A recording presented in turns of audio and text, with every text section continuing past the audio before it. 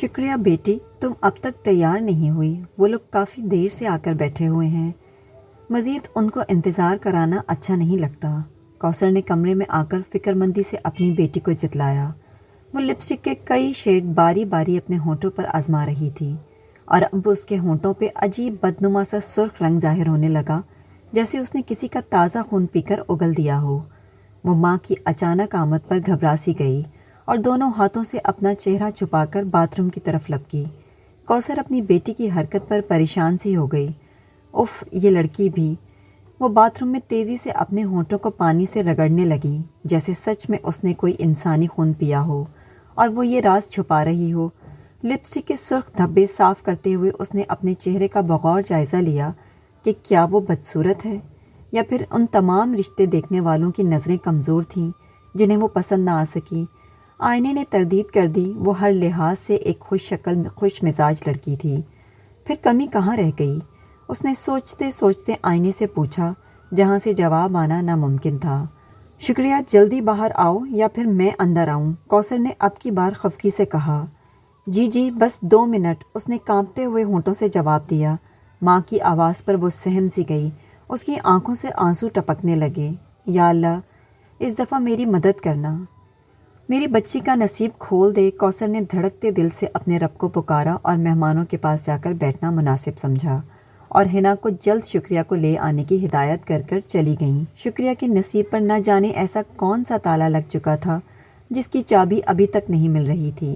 شکریہ کی 2 چھوٹی بہنیں نورین اور ہیرا کے رشتے اچانک آ گئے اور اللہ کے کرم سے وہ اپنے گھر کی ہو گئیں۔ بس شکریہ نہ جانے کیوں پیچھے رہ گئی، جبکہ وہ اپنے گھر کی سب سے پیاری بیٹی تھی۔ شکریہ کا اصل نام حوریہ تھا، مگر حوریہ سے شکریہ کا نام اس کے اچھے کاموں سے پڑ گیا۔ گھر کے ہر فرد کا کام وہ لبوں پر مسکراہٹ بکھیرتے کر دیتی۔ اگر بھائی کی کوئی چیز گم ہوئی ہے تو اس نے چند منٹوں میں ڈھونڈ دی، بہن کی قمیض پر اس کی پسند کے مطابق کڑھائی کر دی، ماں کے ہر حکم پر سر جھکا لیا، یہاں تک کہ محلے میں کسی پڑوسن کو پیسوں کی ضرورت پڑتی تو شکریہ اپنی جیب خرچ سے اس کی مدد کر دیتی۔ اس کے اچھے کام کرنے پر ہر کوئی اس کو شکریہ شکریہ ہی کہتا، یوں شکریہ جیسا لفظ اس کی ذات سے چپک سا گیا اور اس کا اصل نام کھو گیا۔ مگر شکریہ کے سارے اچھے کام وقت کے ساتھ ساتھ دھندلے ہونے لگے۔ جب اس کے بھائیوں اور بہنوں کی شادیاں ہو گئیں، پھر شکریہ کا وجود ان سب کے لیے غیر ضروری سا ہو گیا۔ اس کی وجہ وہ وقت پر اپنے گھر سے رخصت نہ ہو سکی۔ ہر کوئی شکریہ کو نصیحتیں کرتا، اپنی اسکن پر توجہ دو، آج کل ان لڑکیوں کو زیادہ پسند کیا جاتا ہے جن کی اسکن اچھی اور فریش ہو، یا پھر کپڑے ماڈرن پہنو، انگلش فر بولو، یا پھر معصوم بن کر رشتہ دیکھنے والوں کی چٹکی بجا کر دل جیت لو۔ وہ سب کی باتوں پر سارے ہلا دیتی۔ وقت گزرنے کے ساتھ ساتھ وہ اب خود بھی شادی سے لاپرواسی ہو گئی تھی، اس کا دل شادی کے لیے بجھ سا گیا۔ پھر شکریہ اپنے ہر آنے والے رشتے پر خود ہی انکار کرنے لگی۔ کوثر بیٹی کی حالت پر پریشان رہنے لگی، شکریہ کو بتیری نصیحتیں کرتی رہتی مگر اس پر کوئی اثر نہ ہوتا۔ ایک رات جب اسے اچانک اپنے کمرے میں آہٹ سنائی دی، اس کی چھوٹی بہن حنا اس کا زیور نکال کر پرس میں ڈال رہی تھی۔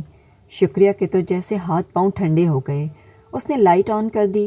حنا یوں اچانک بہن کو سامنے دیکھ کر گھبرا سی گئی۔ شکریہ نے زور کا تماچا اسے دے مارا، وہ زمین پر جا گری اور پھوٹ پھوٹ کر رونے لگی۔ اس کا بیگ زمین پر گر گیا، زیور اور نقدی جو اس نے اپنی ماں کی الماری سے نکالا تھا وہ بھی شکریہ کی آنکھ کے سامنے تھا۔ تم یہ کیا کر رہی تھی حنا؟ شکریہ نے زمین پر موجود چیزوں کو دیکھتے ہی حیرانی سے پوچھا۔ یہ سب کچھ آپ کی وجہ سے ہوا ہے، وہ روتے روتے غصے سے بولی۔ میری وجہ سے؟ شکریہ کو اس کی بات پر جھٹکا سا لگا۔ ہاں، آپ کی وجہ سے۔ آپ نے تو شادی نہ کرنے کی ضد لگا رکھی ہے، مگر اس میں میرا کیا قصور ہے جو جواد کے کئی بار رشتہ بھیجنے پر بھی انہیں انتظار کرنے کے لیے کہہ دیا جاتا ہے۔ امی ابا بھائیوں کو صرف آپ کی زندگی کی فکر کھائی جا رہی ہے، میری کسی کو کوئی فکر نہیں ہے۔ آپ نے میرے لیے کوئی راستہ نہیں چھوڑا ہے۔ حنا نے رو رو کر اپنے دل کے اندر کی دبی باتیں اس کے منہ پر دے ماریں۔ وہ چپ چاپ اپنے بستر پر جا بیٹھی۔ شاید اس نے اپنا قصور مان لیا تھا، اسے اپنی چھوٹی بہن حنا کا سوچنا چاہیے تھا، مگر ابھی بھی دیر نہیں ہوئی تھی، اس لیے اگلی صبح ہی اس نے اماں کو کہا کہ وہ شادی کے لیے تیار ہے۔ نورین اور ہیرا نے تو یہاں تک اسے کہہ دیا کہ اب اسے کسی سے بھی آنکھیں بند کر کے شادی کر لینی چاہیے، جیسے شادی نہ ہو قربانی ہونے لگی ہو۔ وہ دن رات اللہ سے صبر کی دعا مانگنے لگی۔ آخر یہ نصیب، آسمان پر جوڑے، یہ سب ڈھونگ ہے یا پھر حقیقت؟ کیا وہ بھی دلہن کے روپ میں ہر لڑکی کی طرح اپنے گھر سے رخصت ہوگی یا پھر اس کا جنازہ ہی اٹھایا جائے گا؟ آنسو اس کے چہرے کو بھگوتے رہتے اور پھر اپنے نصیب پر رو لینے کے بعد جو سکون کی نیند اسے ملتی، اس کے اچھے دنوں میں بھی اسے نصیب نہیں ہوئی تھی۔ رشتہ دیکھنے والے آتے اور پھر یوں جاتے جیسے وہ کبھی شکریہ کے گھر نہیں گئے۔ رشتے والی ماسی بھی پریشان سی ہو گئی کہ کسی نے تعویذ کر کے شکریہ کے لیے رشتے تو نہیں روک دیے۔ کوثر بیٹی کے نصیب پر چھپ چھپ کر روتی رہتی، مگر حنا کا رویہ بالکل نہیں بدلا۔ اس کا صرف ایک مقصد تھا کہ شکریہ جلد از جلد گھر سے چلی جائے۔ اس دن وہ ماں کے کمرے تک پہنچی جب کوثر کی آواز پر اس کے قدم رک گئے۔ بدتمیز، یہ کس لہجے میں ماں سے بات کر رہی ہو؟ کوثر نے غصے سے حنا کو دیکھا جو اپنی ماں سے اپنی شادی کی بات کرنے آ گئی تھی۔ شادی میرا حق ہے اور مجھے جواد سے ہی شادی کرنی ہے۔ اگر آپ نے میری شادی نہیں کی تو میں کوئی بھی انتہائی قدم اٹھا لوں گی۔ کوثر نے حنا کی جرت پر اسے زور کی تماچا مارا۔ تجھے میری اپنے ابا کی عزت کا خیال نہیں آیا؟ کمظرف، بھائیوں بہنوں کی محبت بھول گئی جو ایسا کہہ رہی ہے؟ کوثر نے روتے روتے اسے جھنجھوڑا، جس پر جواد کی محبت کا ایسا بھوت چڑھا تھا کہ وہ اپنی ماں کا روپ بھی بھول گئی۔ آپ سب کو میری فکر ہے، آپ لوگوں کو آپ ہی کی زندگی کی فکر ہے۔ اس کا دل نہ ٹوٹ جائے اگر میری بھی شادی ہو گئی تو۔ نورین اور ہیرا کے وقت تو کسی نے بھی آپا کا نہ سوچا، پھر میری دفعہ کیوں؟ میری بھی شادی کر دیں، اب انہیں کوئی پسند نہیں کر رہا۔ کیا یہ سچ نہیں ہے؟ آپ نہیں چاہتی کہ جلد از جلد ان کا بوجھ آپ کے اور آپ کے بیٹوں کے کندھوں سے اتر جائے؟ حنا کی آواز لرزنے لگی۔ شاید اسے بھی دکھ تھا کیونکہ شکریہ کا نصیب ان سب میں ایسا تھا۔ کوثر بھی خاموش ہو گئیں۔ شکریہ کے بھی آنسو بہنے لگے۔ کاش اس کی ماں ایک بار تو کہہ دیتی کہ وہ بوجھ نہیں، وہ ان کی سب سے پیاری بیٹی ہے، مگر اس کے کان ترستے رہ گئے۔ حنا نے اپنی شادی کے حوالے سے دھمکی دے ڈالی کہ اگر اس سال کے آخر تک اس کی جواد سے شادی نہ ہوئی تو وہ کچھ بھی کر گزرے گی۔ اس ڈر سے شکریہ نے فیصلہ کر لیا کہ وہ ماں اور بھائیوں سے خود بات کر کے جلد حنا کو رخصت کر دے گی۔ شکریہ نے حنا کو بھی کئی بار مطمئن کیا مگر حنا کا رویہ بدل نہ سکا۔ شکریہ اس کی محبت کا وہ پتھر تھا جسے پگھلانے کے لیے اگر تیزاب کا استعمال بھی اسے کرنا پڑتا تو وہ پیچھے نہ ہٹتی۔ محبت چیز ہی ایسی ہے جو اپنوں کو ہرا دیتی ہے۔ حنا اس کی وہ بہن تھی جو اس پر اپنی جان تک لٹانے سے گریز نہیں کرتی تھی۔ آج وہی بہن اس کے مرنے کی دعائیں مانگتی نظر آتی ہے۔ شکریہ کے پاس اپنا کوئی نہیں بچا تھا، اس کا کوئی تھا تو صرف اللہ تھا۔ اللہ جس کو وہ اپنی ہر تکلیف پر پکارتی تو وہ اسے نماز کی صورت میں سکون نوازتا۔ آج پھر شکریہ کو دیکھنے کچھ لوگ آ رہے تھے اور شکریہ نے اپنے آپ کو واش روم میں بند کر لیا تھا۔ وہ حنا کی کئی بار آواز دینے پر بھی واش روم سے باہر نہ نکل سکی۔ اسے ڈر تھا کہ آج پھر لوگ اس کا دل توڑ جائیں گے۔ اس نے حنا کے لیے فیصلہ تو کر لیا تھا مگر وہ اپنے فیصلے پر قائم نہ رہ سکی۔ اس کے اندر کا ڈر اس پر حاوی ہو گیا۔ معاشرے نے اسے کیسے بوجھ سمجھ لیا، حتیٰ کہ اس کے والدین، اس کی پیاری بہنیں، بھائی اس کے نہ رہے۔ ظلم تھا اس کے ساتھ اور اس ظلم کا احتجاج وہ اللہ کے سوا کسی اور سے کر بھی نہیں سکتی تھی۔ وہ بہت دیر تک واش روم میں روتی رہی اور حنا دروازہ پیٹتی ہلکان ہو کر رہ گئی۔ رات کا وقت تھا، وہ بستر پہ لیٹی اپنی حرکت پر شرمندہ تھی کہ حنا غصے سے اس کے پاس آئی۔ آپا، یہ آپ نے اچھا نہیں کیا۔ وہ لوگ دوسرے شہر سے آپ کو دیکھنے کے لیے آئے تھے اور آپ نے ان کی بے عزتی کرنے میں کوئی کسر نہیں چھوڑی۔ آخر آپ نے خود کو کیوں واش روم میں لاک کر لیا جبکہ آپ نے شادی کا فیصلہ کر لیا تھا؟ حنا نے لفظ چبا چبا کر وجہ پوچھی۔ وہ خاموش نظریں جھکائے بیٹھی رہی۔ سچ میں اپنی اس حرکت پر وہ خود بھی بہت حیران تھی کہ وہ کیوں اب ان لوگوں سے ڈرنے لگی ہے۔ حنا بہن کی خاموشی پر تپسی گئی اور چیخ کر بولی، مجھے یقین ہو گیا ہے کہ آپ مجھے خوش دیکھنا ہی نہیں چاہتی۔ آپ مجھ سے اور میری محبت سے جیلس ہیں۔ اس نے غصے سے بہن پر الزام لگایا۔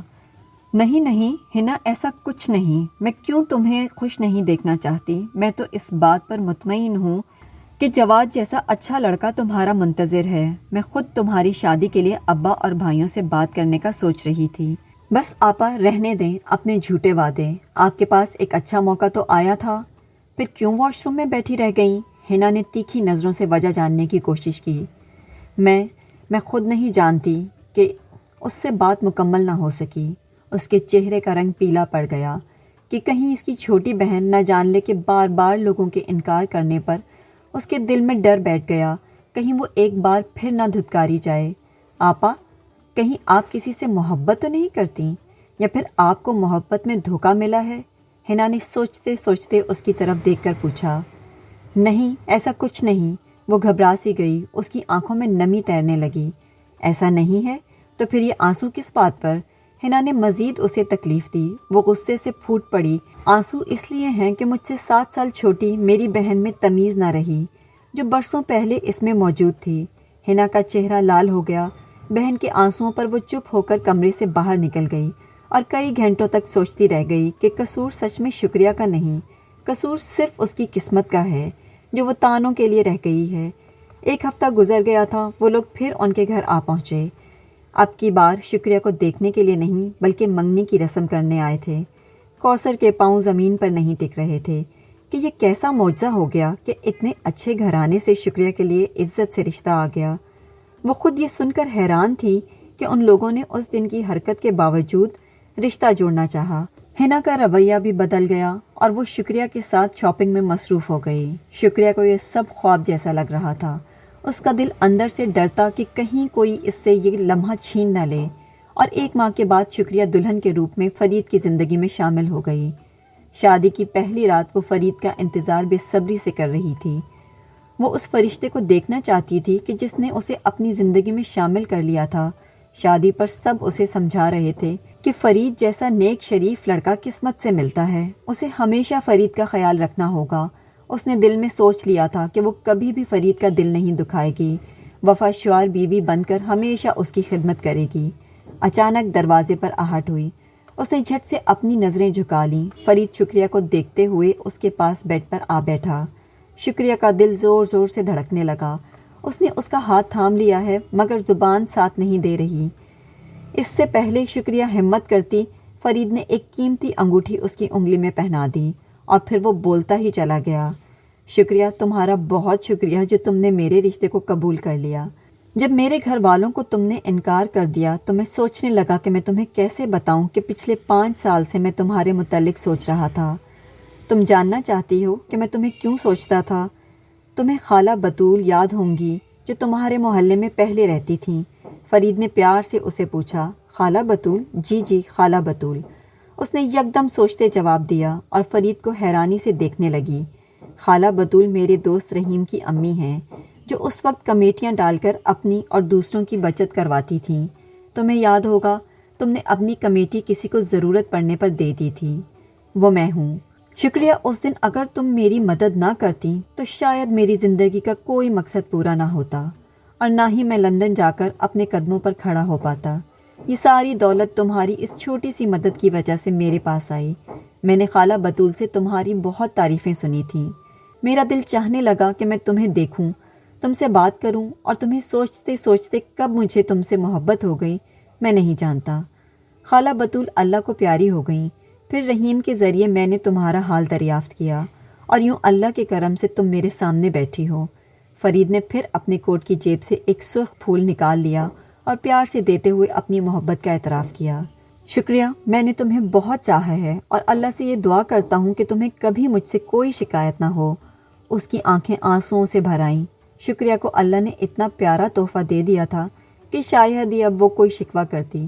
اس کے ہونٹوں پر یہ سوچ کر مسکراہٹ بکھر گئی کہ اس کا اللہ چاہتا ہے کہ شکریہ صرف اپنے اللہ کا شکر ادا کرتی رہے، جیسے کہ فرید کا ہاتھ تھامتے ہوئے وہ اللہ کا شکر ادا کر رہی تھی کہ اس کی اندھیری راتوں کو روشن کرنے کا جو تحفہ اس نے دے دیا ہے وہ اسے جان سے پیارا ہے اور پیارا ہی رہے گا۔